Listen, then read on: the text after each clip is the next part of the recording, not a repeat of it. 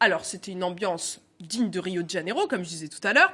Et c'est grâce à qui? Eh bien, c'est grâce à Maureen Largouette et Karim Bouaoun. Voilà, j'ai pas écorché votre nom, ça c'est important de prononcer bien les noms des gens.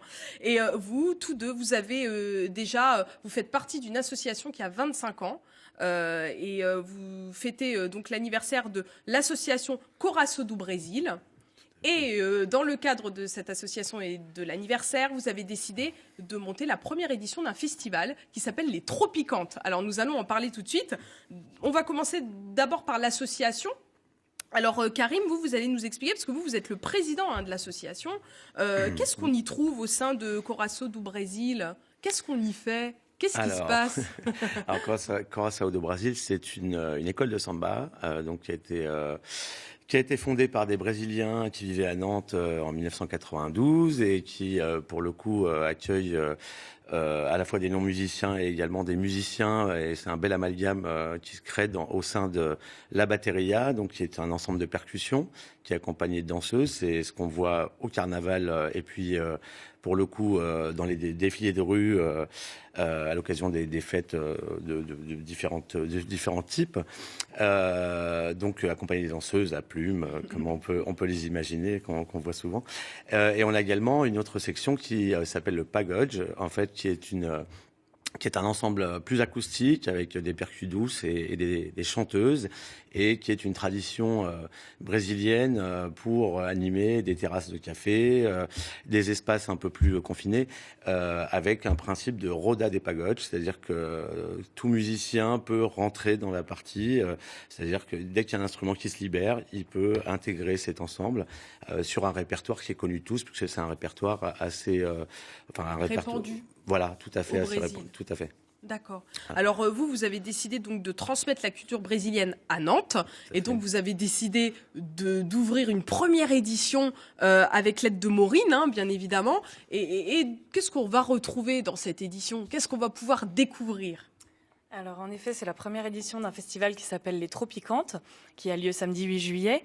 Et en fait, pour fêter justement nos 25 ans, on a décidé d'ouvrir plus large que la culture brésilienne et d'aller sur toutes les cultures tropicales en général. L'Afrique, la Polynésie, l'Argentine aussi, avec le tango. Fait. Exactement.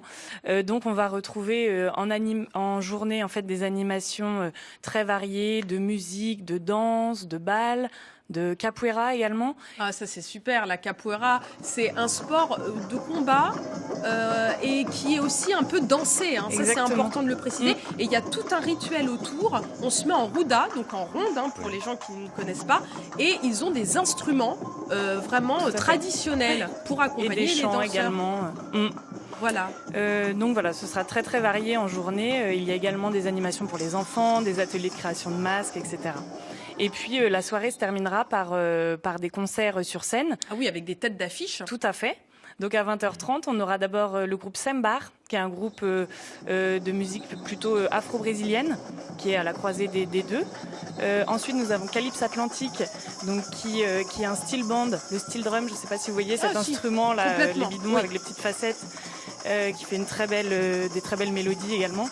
Et puis ensuite, nous terminerons la soirée avec Teacher Jekyll, donc un groupe qui est plutôt sur des sonorités latino, avec des mélanges un petit peu de hip-hop, électro. Sympa, beau mélange. Très festif et un beau mélange de culture et de musique. Et il faut savoir que ce sont des groupes du coin.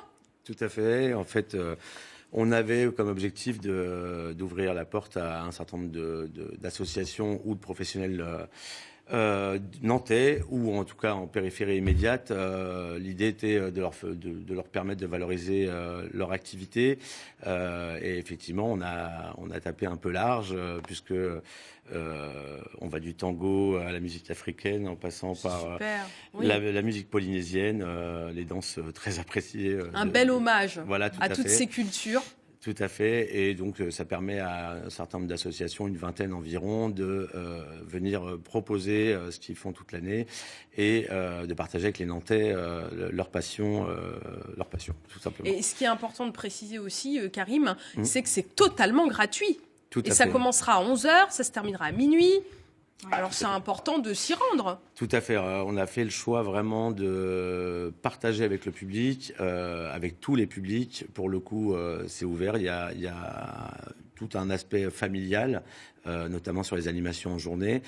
Et puis aussi pour les plus aguerris en matière de musique, les plus connaisseurs, on a une offre qui leur permet de s'y retrouver également. Alors Voilà. on peut vous faire confiance parce que tous les deux, il faut préciser que vous êtes aussi musiciens, que vous faites partie de la fanfare aussi, et que vous avez dansé, Maureen aussi. Donc vous avez différentes facettes. En tout cas, on a hâte de retrouver cet événement le 8 juillet prochain. On y sera.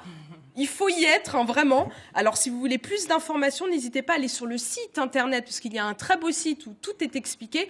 C'est www.samba-nantes.fr. Tout à fait. Tout à fait. Alors, on sera là pour les Tropicantes. Merci beaucoup, Merci. Maureen. Merci beaucoup, Karim. Merci Olivia. À bientôt. À bientôt. À bientôt. Et bonne journée sous le signe du Brésil.